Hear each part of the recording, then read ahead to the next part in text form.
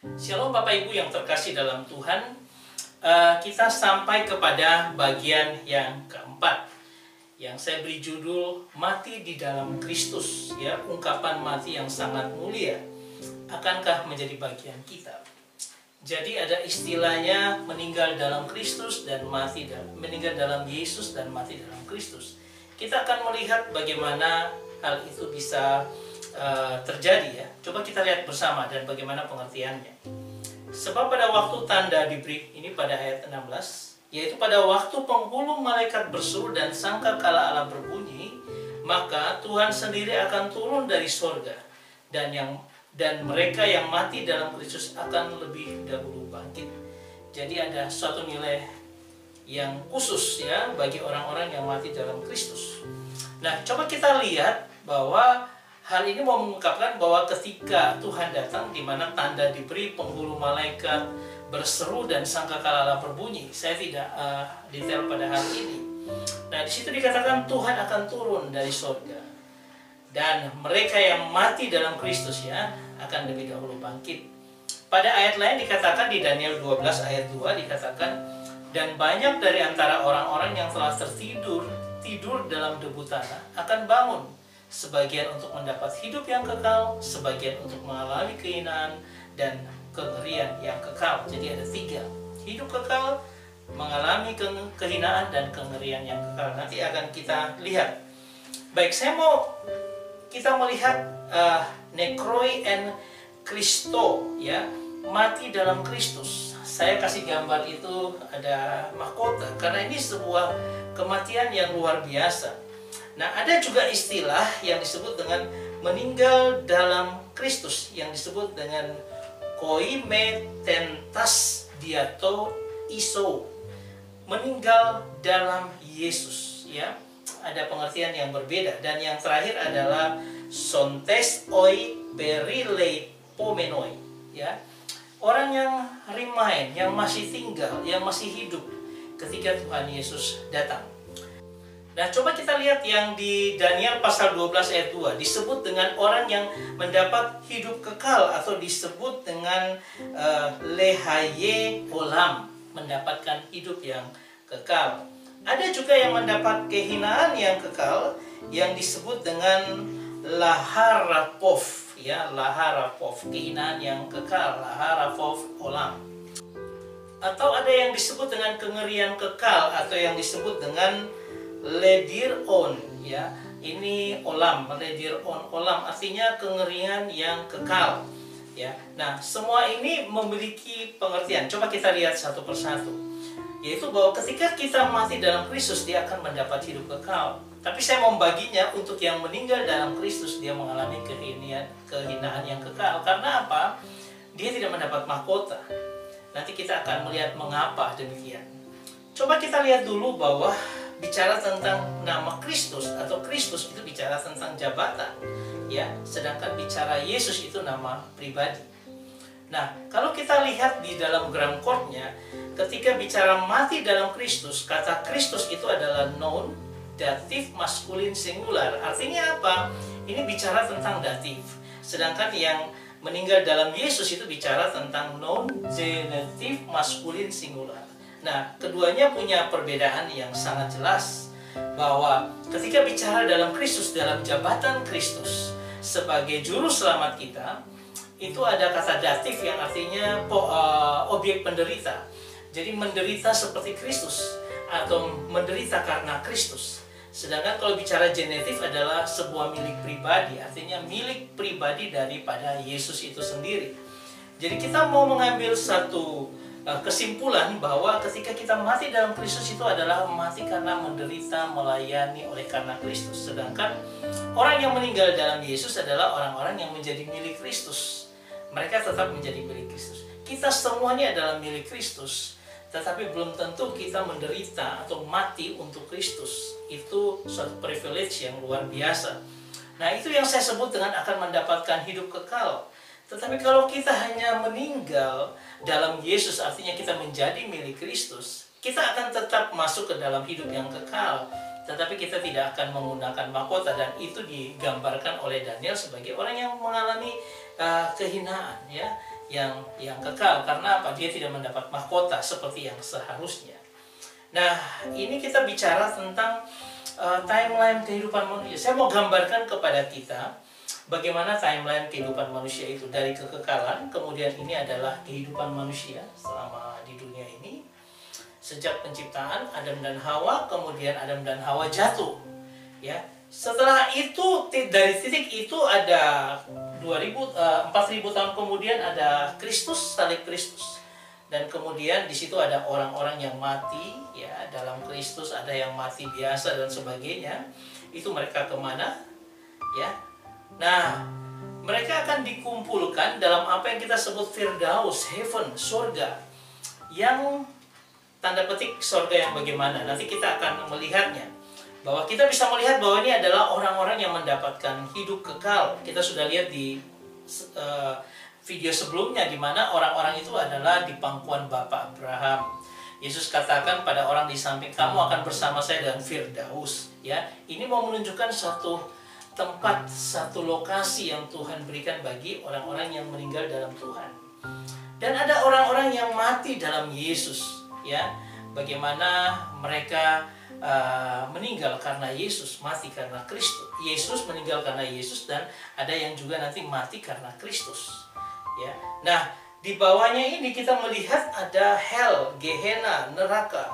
Orang-orang yang mati dan mereka tidak percaya Kristus akan dikumpulkan di sini, yaitu mendapat kengerian yang kekal, namanya tidak terdapat dalam kitab kehidupan. Nah, ini timelinenya manusia. Ya, nah kita akan bicara di atas itu ada dua pembagian, orang yang mati dalam Kristus karena menderita bagi Kristus, mereka mendapat privilege, dan kemudian ada orang yang meninggal karena milik Kristus. Ya. Nah, adalah orang-orang yang mendapat malu karena apa? Mereka tidak mendapat mahkota sebagaimana yang orang-orang mati dalam Kristus. Nah, ini adalah prinsip saya ketika memandang tentang eskatologi itu. Coba kita lihat ketika tahun 2023 kita ada di sini dan kita punya pengharapan tentang rapture, bagaimana kita akan diangkat bersama-sama. Nah, saya mau memberikan itu detail lagi bahwa bagaimana proses kedatangan Yesus yang kedua. Ada dua macam orang, yaitu mati dalam Kristus, saya taruh di atas, dan meninggal dalam Yesus. Ya, nah ketika kita bicara living remain, ya artinya apa? Orang-orang yang masih hidup pada zaman Yesus datang. Dan ini adalah orang-orang yang sudah tidak percaya dan mereka ada di neraka. Nah, kalau kita melihat ini dalam kacamata perspektif Wahyu, ya dari pasal 1 sampai dengan pasal 22, ya kita bisa melihat ada 7 seals, kemudian ada 7 sangkakala dan sebagainya. Nah, orang-orang yang pada waktu itu masih hidup, ya, yang ada di situ tidak termasuk dalam kelompok yang sudah mati dalam Kristus atau meninggal dalam Yesus, ataupun belum, mereka yang masih tidak percaya masih sampai sekarang, ya belum mati itu. Nah, bagaimana ketika Yesus misalnya datang, ya, Kristus berdiri dan dia mulai datang, ya, turun ke dunia ini. Ketika itu akan dikatakan tentang kita bertemu di awan-awan, dan orang yang mati dalam Kristus yang dapat privilege itu akan duluan bangkit, dan kemudian orang-orang yang saat itu masih hidup akan rapture, akan diangkat seketika ke awan-awan untuk menyongsong Kristus di udara.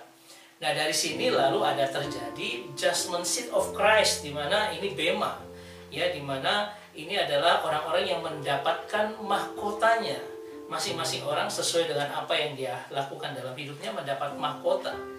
Nah, ini yang disebut dengan judgment seat of Christ. Kemudian di bumi terjadi apa? Antichrist, ya, memerintah. Disitulah terjadi macam-macam, ada perang, kemudian earthquake dan sebagainya, gempa dan sebagainya.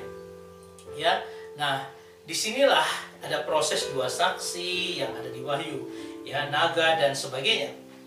Kita melihat ini. Kemudian di atas setelah dari judgment seat of Christ ada marriage of the Lamb, perkawinan anak domba, di mana orang-orang yang mendapat privilege karena mereka dapat mahkota bersama-sama dalam perkawinan Kristus dan gerejanya. Dan lalu setelah itu Kristus turun ke bumi, ya, dengan orang-orang percaya yang sudah mengalami proses di atas.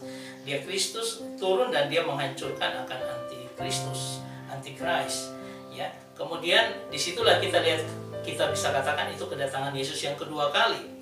Nah, di dalam kedatangan Yesus yang kedua kali inilah dibangkitkan dan dikumpulkan orang-orang yang sebelumnya sudah mati maupun yang masih hidup saat itu. Yaitu orang-orang yang sudah mati lama meninggal dalam Yesus, milik Yesus, mereka akan dibangkitkan di sini dan dikumpulkan di sini. Demikian juga orang-orang yang ada dalam neraka, mereka juga akan dibangkitkan pada hari itu, dikumpulkan. Dan orang yang masih hidup, nah semua ada dikumpulkan di sini. Lalu kita akan melihat bahwa dikumpulkan dan dipisahkan sebagai gandum dan ilalang maupun kambing dan domba. Setelah itu kita akan masuk dalam surga yang kekal dan neraka atau lautan api yang luar biasa, yang bukan hanya sebagai jiwanya yang disiksa tetapi juga tubuhnya karena sudah dibangkitkan. Nah, itu dalam kekekalan, ya, sehingga kita akan hidup bersama Kristus dalam tubuh kebangkitan yang sudah diberikan, baik bagi orang yang meninggal dalam Yesus maupun yang sudah mati dalam Kristus. Nah, ini gambarannya. Kalau saya bikin gambarannya secara garis besar, secara lebih besar, kita bisa lihat seperti ini. Ya, ini adalah tahun 2023 misalnya, kemudian ada rapture, ya. Nah, dari sini kita bisa melihat bahwa ketika disebut dengan orang-orang yang duluan lebih dahulu bangkit adalah orang-orang yang mati dalam Kristus karena pelayanannya, karena pengorbanannya, karena martirnya dan sebagainya. Kemudian kita yang masih hidup, rapture, ya, itu bersama-sama di situ bagian yang pertama. Dan kemudian ketika Tuhan Yesus datang kedua kali, kita dibangkitkan dan dikumpulkan, dan semua orang dibangkitkan secara tubuh dan dikumpulkan untuk mendapatkan surga atau neraka sesuai dengan apa yang dia yakini dalam kehidupannya, percaya Yesus atau tidak percaya Yesus.